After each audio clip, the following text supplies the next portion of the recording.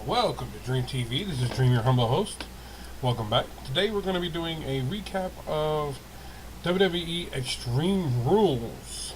So, while I'll be explaining that, I'll be playing a little bit of the gameplay. And you'll be able to see my team. Currently, some new players, as you can see. Most old players. So, here we go. I'll be getting my charge cards during this time. So, let's go ahead and get on with the review. Well, Extreme Rules 2017. We started out with the pre-game show, or pre-show, and that's had Kalisto facing Apollo Crews with Titus O'Neil as his manager slash coach slash whatever you want to call him. And throughout the whole match, Titus was yelling at Kalisto and trying to tell Apollo Crews what to do, and it was very funny to an extent. It ended with Kalisto hitting his Sleet of the Soul on Apollo Crews while kicking Titus O'Neil in the face and getting the pin. Overall, it was an okay match.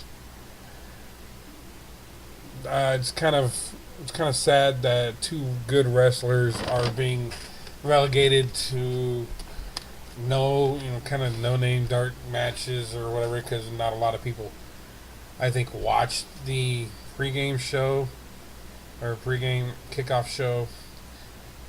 But then we get to the meat and potatoes, to the pay-per-view itself.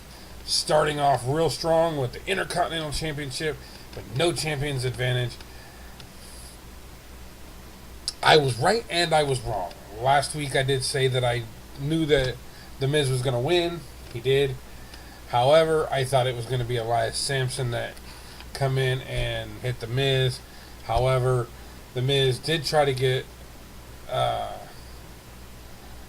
The Miz tried to get Dean suspended by having Maurice slap him in the face. Ref saw through that, ejected her. Then while she was being ejected, The Miz threw Dean Ambrose into the ref's back. Ref was going over, acting like he was going to disqualify him. And Dean was so worried about that, trying not to get disqualified, that he wasn't paying attention to Miz. Miz hit his skull-crushing finale, and then the ref jumped in and immediately pinned him. So, little controversial end to me. I would have loved to have seen a better match, but hey, whatever.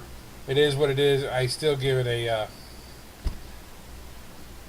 I don't know, maybe an A- for the match. Really good starting point. And then we had Bayley talking immediately after that. We went backstage. Bayley did an interview where she explained that she's been watching the hardcore masters of people that including like Sabu, Sandman, and Tommy Dreamer, and even a little bit of Steve Blackman, to prepare herself for the match, which, yeah, we'll get to that in a minute. Then we had the intergender tag team match, Sasha Banks and Rich Swann defeating Alicia Fox and Noam Dar. It was a good match. Okay, it was a decent match. It was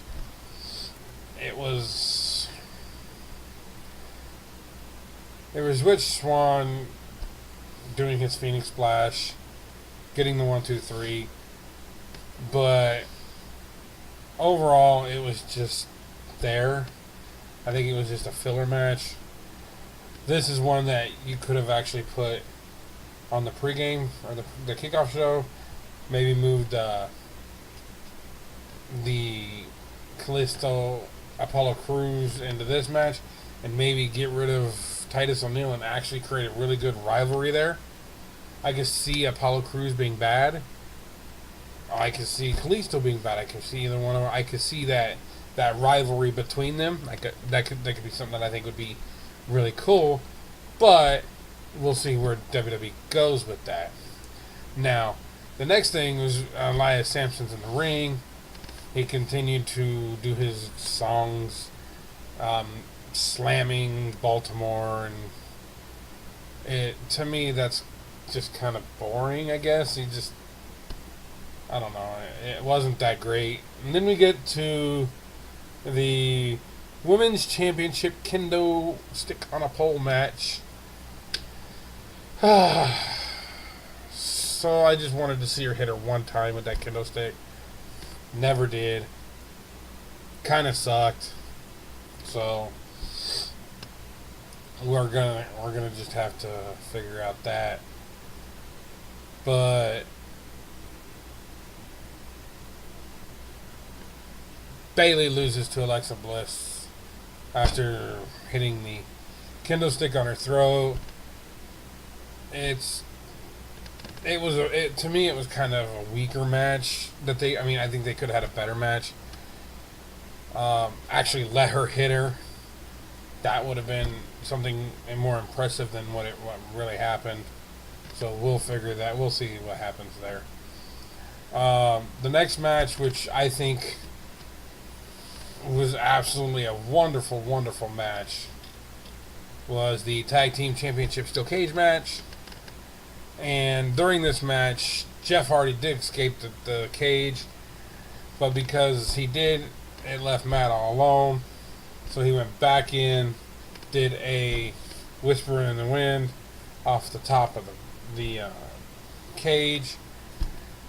As Matt was trying to pull Jeff out, Sheamus and Cesaro climbed and got out first. So they are now your brand new WWE Monday Night Raw Tag Team Champions, Cesaro and Sheamus,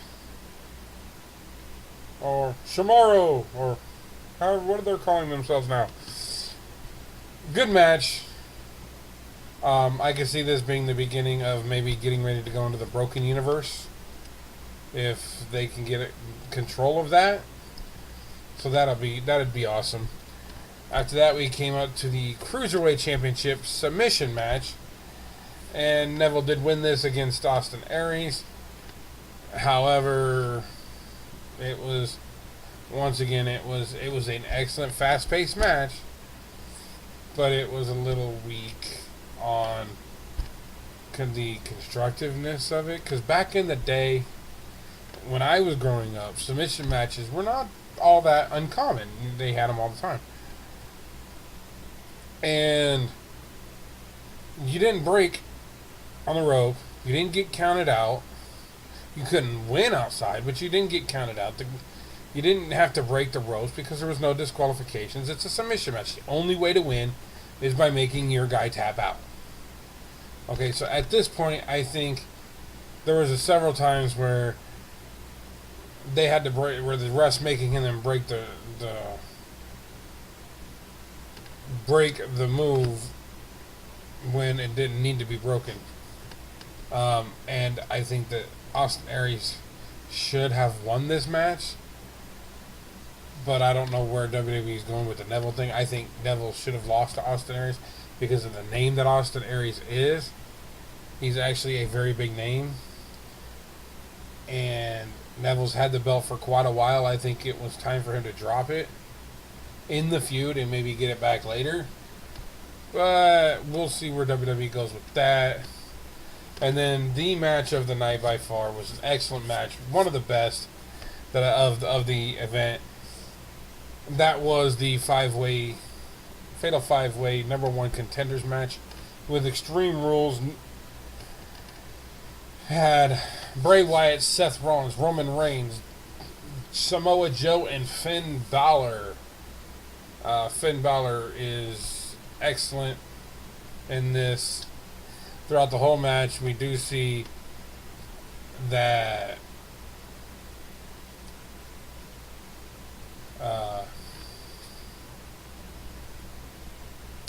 Samoa Joe and Bray Wyatt team up as a team for most of the match until Bray Wyatt takes advantage and Samoa Joe takes a hit for Bray Wyatt, and then Then it gets out of control. Everybody goes after everybody else. But in the end, Samoa Joe takes advantage of Finn Balor after performing his sling blade, running drop kick, and the coup de grace off the top onto Roman Reigns, going for the pin, and then Samoa Joe comes in and grabs Finn and puts him to sleep with his Tina clutch.